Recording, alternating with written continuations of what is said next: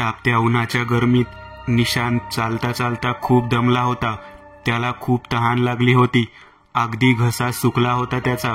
तेव्हाच त्याने समोर एक मोठं झाड बघितलं. निशांतने विचार केला की झाडाखाली सावलीत बसून थोडा आराम करावा व येऊन तो त्या झाडाखाली बसला. बसल्यावर निशांत विचार करू लागला, भरपूर लांब निघून आलोय आपण, पण तरी शहर अजून खूप लांब आहे. जाऊ दे, थोडा वेळ बसून इथंच आराम करतो. निशांत झाडाला टेकून डोळे बंद करून झोपला. तेव्हाच त्याला ढोलचा आवाज ऐकू आला. एक वेगळ्याच प्रकारचं संगीत होतं हे, जे त्याला खूप आवडलं. निशांत उठला व समोर पाहिलं की एक काफला जात आहे. काफला म्हणजेच बंजारी लोकांचा समूह. निशांतने विचार केला की ह्यांच्याजवळ नक्कीच पाणी भेटेन. निशांतने मदतीसाठी काफला सोबत जात असताना एका माणसाला थांबवलं आणि त्यांच्याजवळ पाणी मागितलं. ओ बाबा, ऐका ना, मला खूप तहान लागली आहे. थोडं पाणी मिळेल का? हो बाळा, थांब देतो. त्या माणसानी सहज उत्तर दिले आणि त्यांनी निशांतला प्यायला पाणी दिलं. निशांतने पाणी पिलं व त्याला पाणी पिऊन जरा बरं वाटलं. बाळा, तू इथं काय करतोय? वाट चुकलास की काय? त्या माणसाने निशांतला विचारलं. नाही बाबा, वाट नाही चुकलो मी. गाव सोडून शहरात जातोय राहायला. गाव सोडून? असं का बरं? लोक आपलं गाव सोडून असेच शहरात जाऊन राहायला लागले तर मग गावात तर काही राहणारच नाही.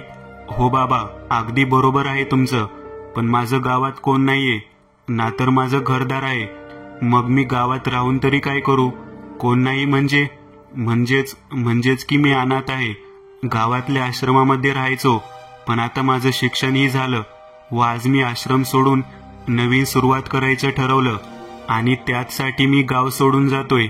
बाळा बघ, मी तुझ्या एवढं शिकलेलो तर नाही, पण जर नवीन सुरुवात करायची आहे तर शहरात जाऊनच का, गावातही तू नवीन सुरुवात करू शकतोस ना. हो बाबा, तुमचं म्हणणं पण बरोबर आहे. निशांतने प्रेमाने उत्तर दिले. जर तुझी इच्छा असेल तर आमच्या काफल्यासोबत चल व जर तुला पुढं काही वाटलंच तर तू जा शहरात. आम्ही तर बंजारे आहोत. आम्ही गावोगावी फिरून लोकांना नाट्य दाखवत असतो. जर तुला हवं तर चल सोबत. त्या माणसाने निशांतला त्यांच्या सोबत यायला विचारलं. निशांतने हे ऐकल्यावर थोडा विचार केला व मग ठरवलं की ठीक आहे, हीच बहुतेक जीवनाची एक नवीन सुरुवात असेल. व निशांतने त्या माणसाचा प्रस्ताव स्वीकारला. हे बाबा, ज्यांनी निशांतला त्यांच्या सोबत यायचं विचारलं ते स्वतः या काफल्याचे सरदार होते. काफला येऊन एका डोंगरावर थांबला, जिथं त्या डोंगराला लागून एक मोठा पाण्याचा धबधबा होता आणि जवळच एक नदी होती. निसर्ग जणू इथंच येऊन थांबला आहे.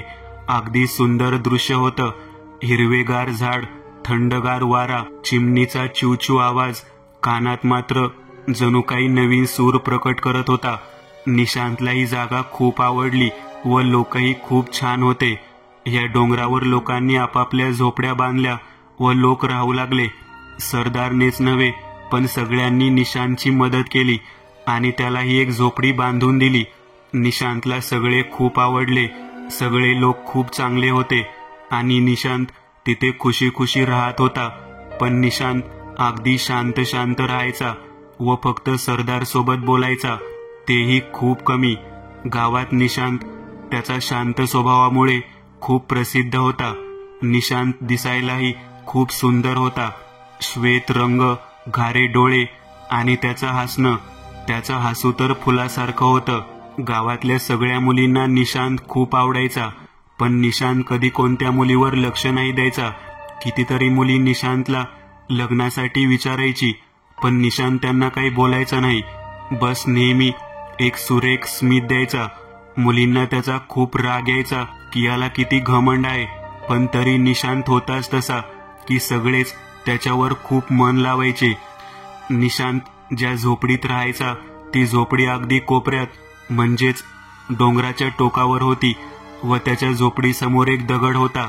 निशांतची सवय होती तो रोज रात्री त्या दगडावर येऊन बसून राहायचा. एक दिवस निशांत नेहमीसारखंच त्या दगडावर बसला होता. तेव्हा नुसतंच त्याच्या मनात विचार आला की आपण असं का जगतोय. तो स्वतःच्या विचारात गुंतला. का जगतोय मी? न माझ्या पाठी कोण आहे ना पुढे. मग उगाच का जगू? कोणासाठी जगू? माझ्या जगण्याचं काही कारणच नाहीये. का जगू मी? कसं तरी वाटतं. इकडचे सरदार हे गावातले लोक सगळे खूप चांगले आहे. त्यांनी मला झोपडी बांधून दिली व त्यांच्यासोबत काम करायची परवानगी दिली. पण हे सगळं असूनही मला माझं आयुष्य व्यर्थ वाटतं. जगण्याची इच्छा नाही मला. नेहमी काहीतरी सुटल्यासारखं वाटतं. ना आईचा पत्ता आहे ना बापाचा. मी कोण आहे, जन्म कुठे झाला नाही माहीत. तरी आश्रमामध्ये राहून इतके वर्ष शिक्षण घेतलं. सुशिक्षित झालो की जर शहरात गेलो गाव सोडून तर चांगला राहू शकेन मी. पण मनच नाहीये काही करायचं. काय करू? या गावात असं पडून आहे मी. लाज वाटली पाहिजे मला स्वतःची. सोड, काय इतका विचार करतोय मी. सगळं जाऊ दे, बस नाही जगायचं मला. निशांतने ठरवलं की त्याला नाही जगायचं आता. आणि निशांत त्या दगडावर उभा राहिला आणि डोंगरावरून खाली पाहू लागला. निशांतने आपले डोळे बंद केले आणि लांब श्वास घेतला. आणि जसा तो पहिलंच पाऊल पुढे टाकायला गेला तेव्हाच पाठून कोणीतरी निशांतचा हात धरला आणि त्याला पाठी ओढला. आणि निशांत तिथं त्या दगडावरून खाली पडला. निशांतचे डोळे बंद होते. अगदी अंधार, फक्त चंद्राचा उजेड. निशांत जसा तसा उठून त्याच्या गुडघ्यांवर बसला आणि डोळे उघडताच त्याची नजर समोर पायऱ्यांवर पडली. आणि हे पाय कोणाचे आहे हे न बघताच निशांत बोलला, वा, किती सुंदर पाय आहे. चांदण्या रात्रीत पाय कसे चमकत आहे. बस काही क्षण आधी विचार केला होता की या डोंगरावरून उडी मारून जीव देऊन टाकतो. पण आता हे पाय बघून असं वाटतं की जर मेलो तर या पायांवर डोकं ठेवूनच मरू. एवढं म्हणत जेव्हा निशांतने त्या पायांना स्पर्श करण्यासाठी हात पुढे घेतला तर बघताच ते पाय पाठी सरकले. आणि जेव्हा निशांतने वर मान करून पाहिलं तर त्याने बघितलं की एक सुंदर मुलगी त्याच्या समोर थांबली आहे. निशांत तर त्या मुलीला बघतच राहिला. त्या मुलीचा चेहरा असा जणू चंद्राचा तेज तिच्या चेहऱ्यात उतरला आहे. लांबलचक केस कमरेपर्यंत, चमकदार सफेद रंगाची साडी नेसलेली व खूप सुंदर दिसत होती. अगदी स्वप्न सुंदरीसारखी. निशांत अजूनही त्या मुलीसमोर गुडघ्यांवर बसून होता आणि त्या मुलाला एकटक पाहत होता. ती मुलगी अगदी शांत थांबून निशांतकडे बघत होती. निशांतने त्या मुलीला विचारलं, तू कोण आहेस? काय नाव आहे तुझं? इथं काय करत आहेस? ह्याच गावात राहतेस का? त्या मुलीने सगळं ऐकलं पण काहीच उत्तर न देता ती वळून निघून गेली. निशांतने तिला थांबवायचा प्रयत्न केला पण ती नाही थांबली व रात्रीच्या काळोखामध्ये ती कुठे गेली निशांतला ते कळलंच नाही. निशांत येऊन त्या दगडावर बसला व विचार करू लागला की ती मुलगी कोण होती, इतकी सुंदर. निशांत डोळे बंद करून तिचा चेहरा आठवत होता. आणि असं करत सकाळ झाली. निशांतला त्याच्या विचारात हे कळलंच नाही की सकाळ झाली. मग निशांत उठला तिथून आणि गावभरात चौकशी करू लागला की रात्री कोणी मुलगी त्याच्या झोपडीजवळ आली होती का. निशांत गावात सगळ्यांना त्या मुलीचं वर्णन करून सांगत होता की चंद्रासारखी सुंदर दिसते ती. लांबलचक कमरेपर्यंत तिचे केस आहेत. सफेद रंगाची साडी नेसली होती. पण कोणालाच अशा मुलीबद्दल माहीत नव्हतं. निशांत सगळ्यांना विचारून थकला आणि कंटाळून मग सरदारकडे आला. सरदारने निशांतला बघताच विचारलं, ये बाळा, बस. आणि हे काय चालू केलंय नवीन? मी ऐकलं की गावभरात तू कोणत्या तरी सुंदर मुलीला शोधतोय. आजपर्यंत तुझ्या मागे मुली फिरायच्या आणि आज तू मुलींच्या मागे फिरतोय. कोण आहे ही नक्की? सांग जरा मला पण. हो बाबा, बरोबर ऐकलं आहे तुम्ही.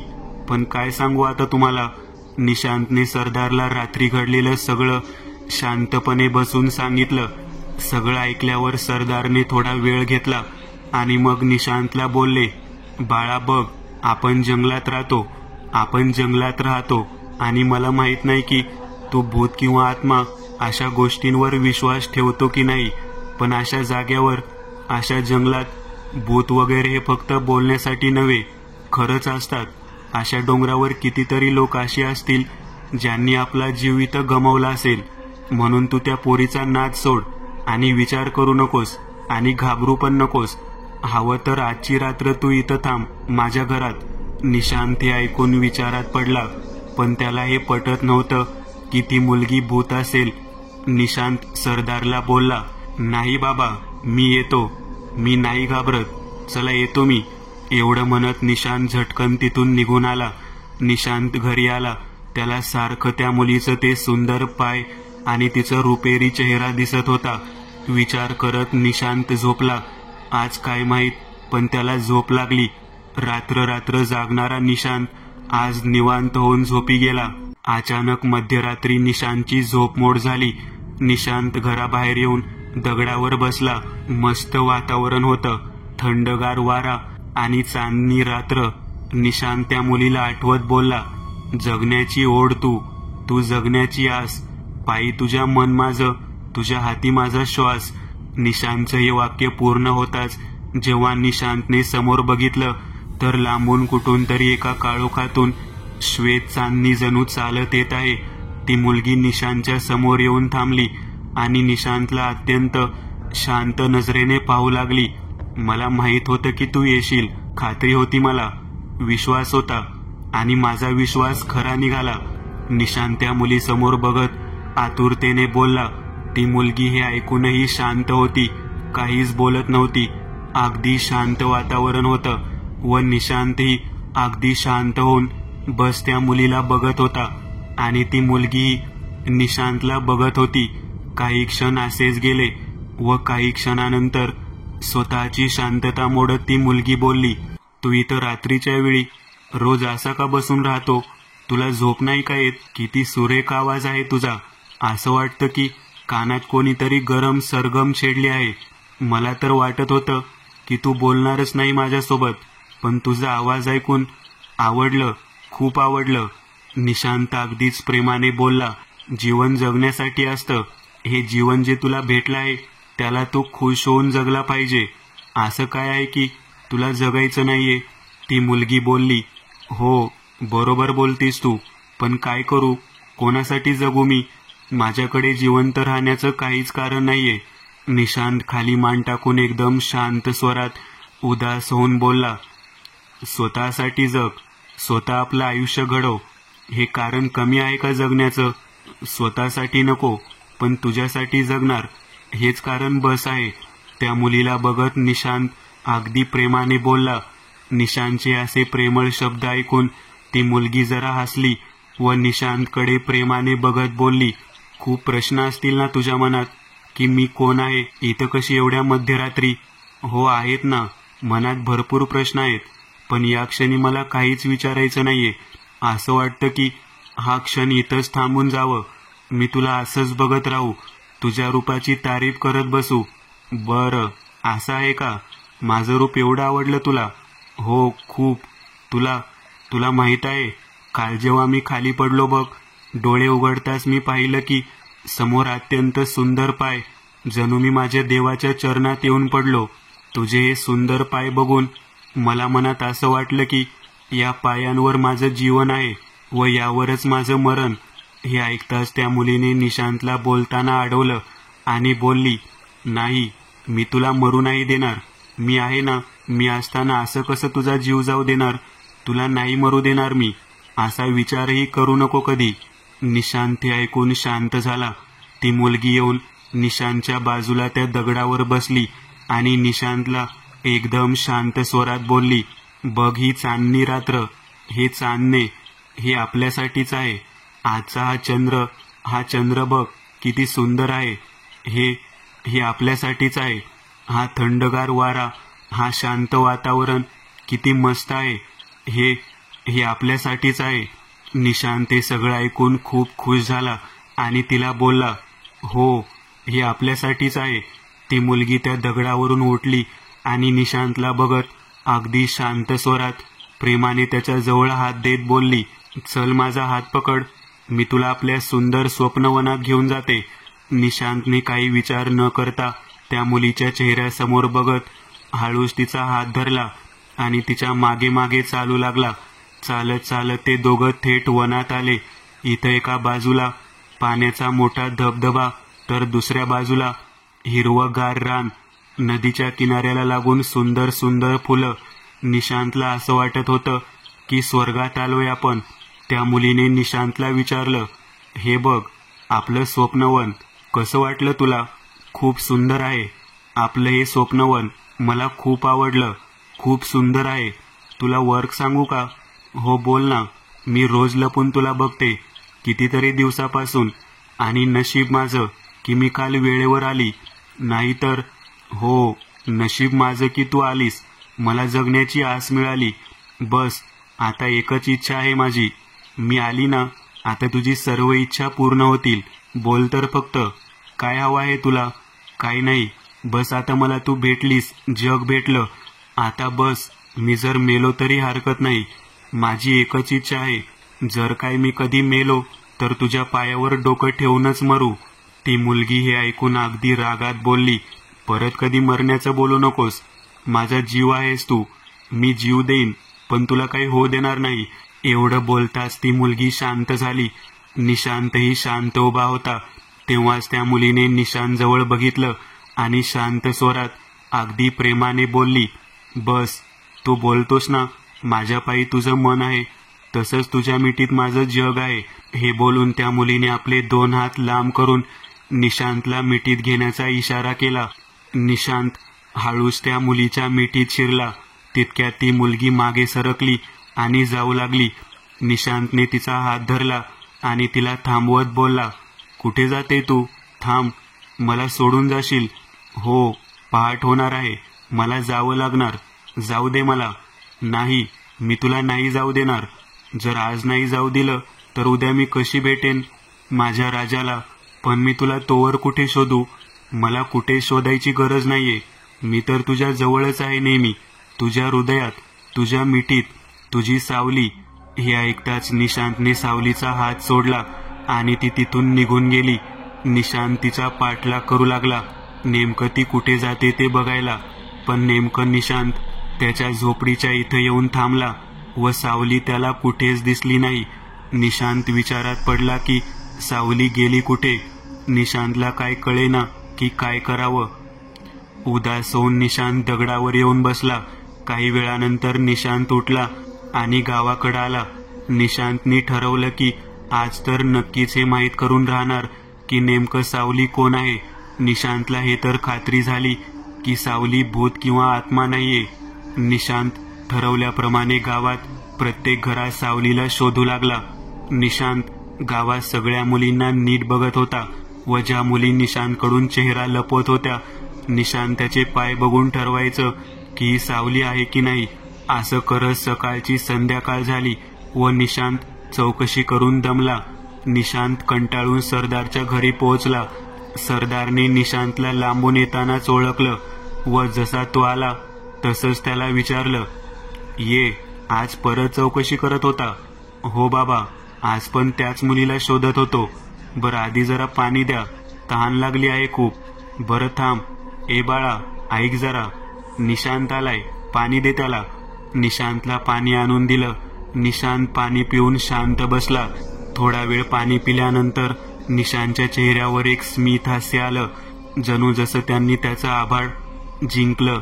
निशांतला असं गालातल्या गालात हसताना बघून सरदारने विचारलं, अरे काय झालं तुला? बोल, काय झालं? असं अचानक हसायला लागलास? काही नाही बाबा, बस तुम्ही विचारत होते ना त्या मुलीबद्दल. हो बोल की, काय झालं बाबा त्या मुलीचं? ती काय भूत किंवा आत्मा नाहीये, माझी स्वप्न सुंदरी आहे. म्हणजे तुला ती मुलगी भेटली? हो बाबा, मला माझी स्वप्न सुंदरी भेटली. कोण आहे मग ही मुलगी? आपल्याच गावात राहते का? हो, आपल्याच गावात राहते. मग कोण आहे ती सांग मला. सांगायचं काय बाबा, तिला घेऊन येईन मी इथं तुम्हाला भेटवायला. बरं असं होय, तरी एकदा सांग तर, आहे कोण तुझी स्वप्न सुंदरी?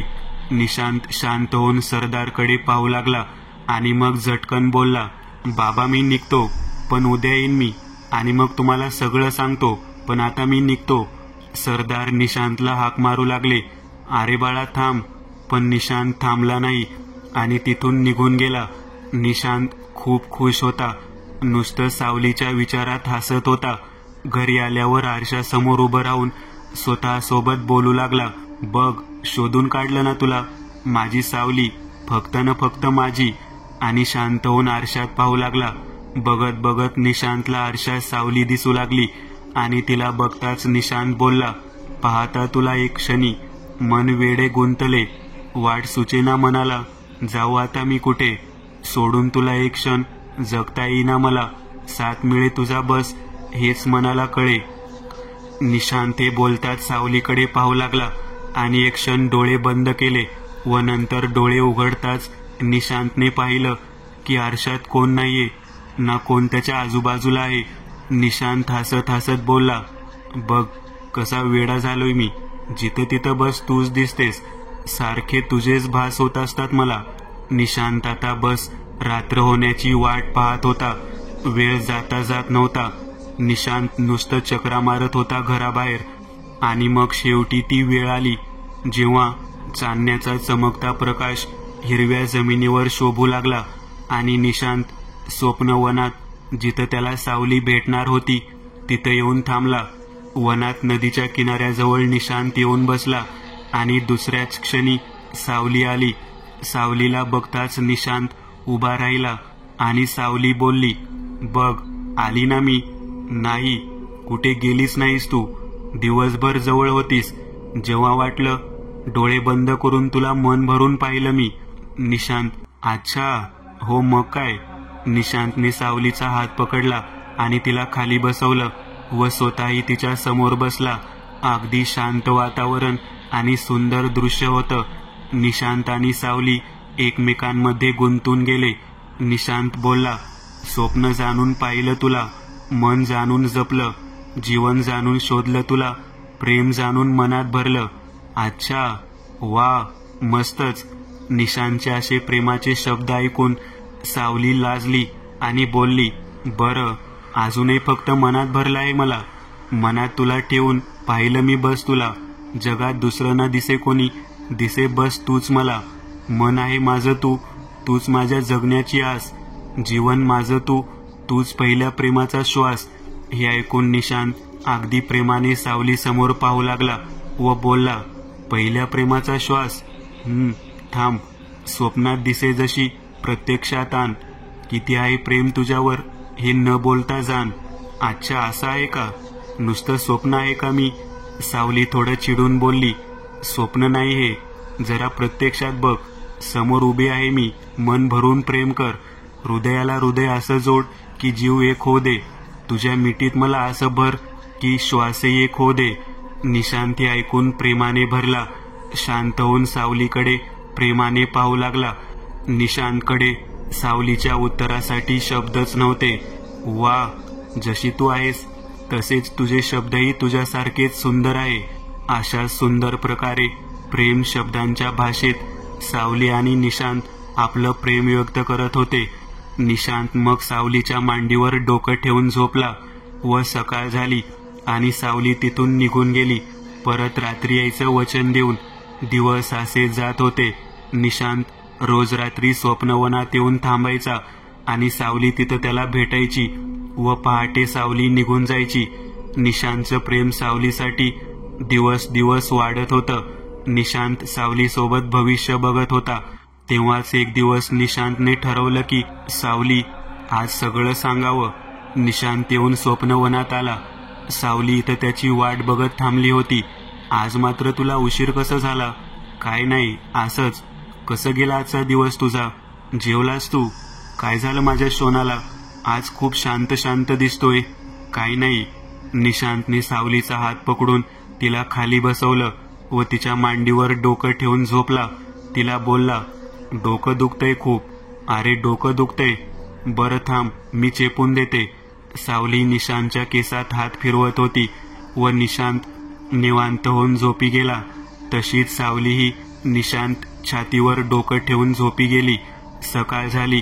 पहाटे सूर्याचा प्रकाश पडताच सावली तिथून जाऊ लागली, पण निशांतने तिचा हात धरला व तिला थांबवत बोलला, सावली, हे असं लपून लपूनच भेटायचं का? मलाही नाही आवडत की आपण असे लपून लपून भेटू. मला तुझ्यासोबत जगायचं आहे. माझा जीव आहेस तू. तुझ्यासोबत लग्न करून एक सुखाचं जीवन हवं आहे मला. सावली हे ऐकताच थांबली व निशांतचे दोन्ही हात पकडून बोलली, हो मलाही आवडेल, पण हेच बरं आहे. आपले लग्न कसं शक्य होईल? हे होईल, सगळं होईल, तू काळजी करू नकोस. सावली शांत होऊन ऐक. मला हे माहीत आहे की तू कोण आहे. त्या दिवशी गावात जेव्हा मी तुला शोधत होतो तेव्हाच कळलं मला. आणि तू काळजी करू नकोस, मी स्वतः तुझ्या घरी येऊन तुझ्या बाबासोबत बोलणं करेन. हे ऐकून सावली घाबरून बोलली, नाही निशांत, नको, मला खूप भीती वाटते. बाबाला काही सांगू नको. तू आधी मला वचन दे की तू घरी नाही येणार. या विषयावर बाबांसोबत काही नाही बोलणार. अरे माझी सोना, शांत हो, शांत हो. माझी सावली, का घाबरतेस? अरे मी आहे ना, काही नाही होणार. मी बोलतो ना बाबासोबत. हे असं किती दिवस चालणार? आणि जर चुकून बाबांना माहीत पडलं तर त्यांना किती वाईट वाटल. नाही निशांत, आपण असंच भेटत जाऊ. पण आता काही नको. ऐक ना, माझ्या तू बाबांना काही सांगू नको.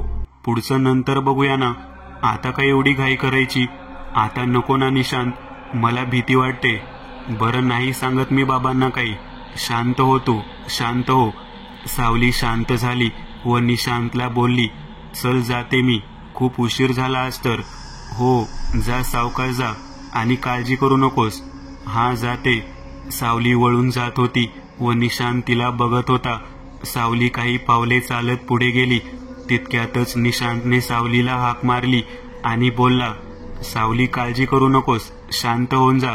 सावलीने ऐकून निशांतकडे पाहिलं व काही न बोलताच निघून गेली.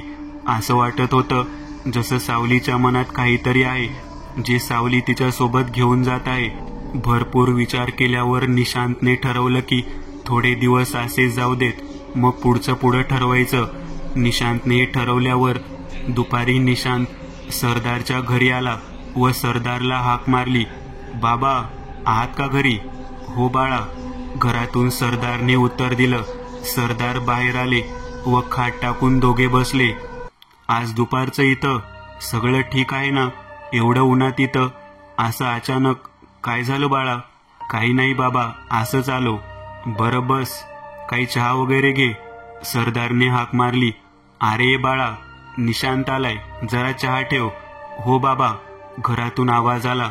मग बाकी काय? बोल बाळा. बरं ते जाऊ दे, त्या मुलीचं काय? तू बोलत होतास की भेटायला आणशील. भेटली का ती मुलगी? हो बाबा, भेटली ना. वा, चांगलंय की मग. पण आहे कोण ती मुलगी? बाबा आपल्याच गावातली आहे आणि वेळ आल्यावर कळवतो तुम्हाला नक्की काय ते. तितक्यात हे घ्या बाबा चहा. हा, आधी निशांतला दे. नको बाबा, चहा नको आता, मी जातो घरी, खूप थकलोय, जरा आराम हवाय. अरे चहा पिऊन जा.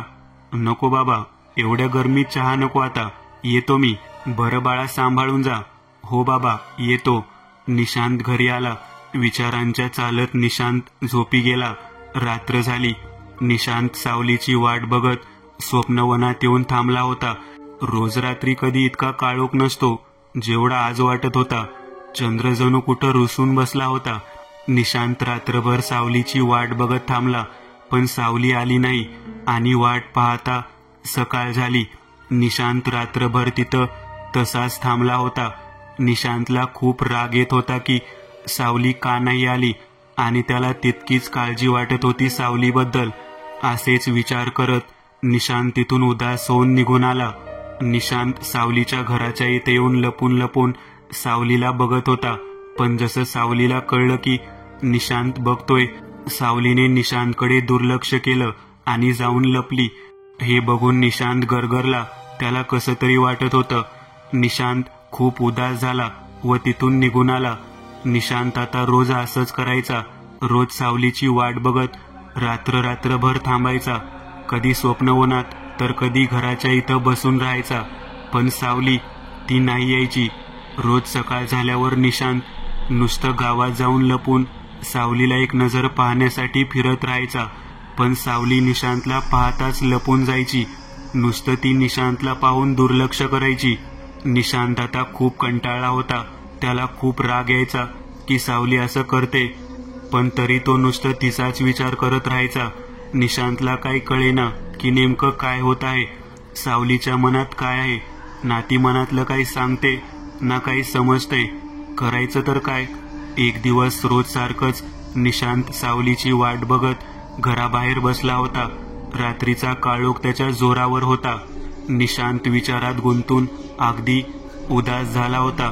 त्याच्या डोळ्यातून पाणी आलं आणि निशांत रडू लागला व रडत रडत निशांत बोलला,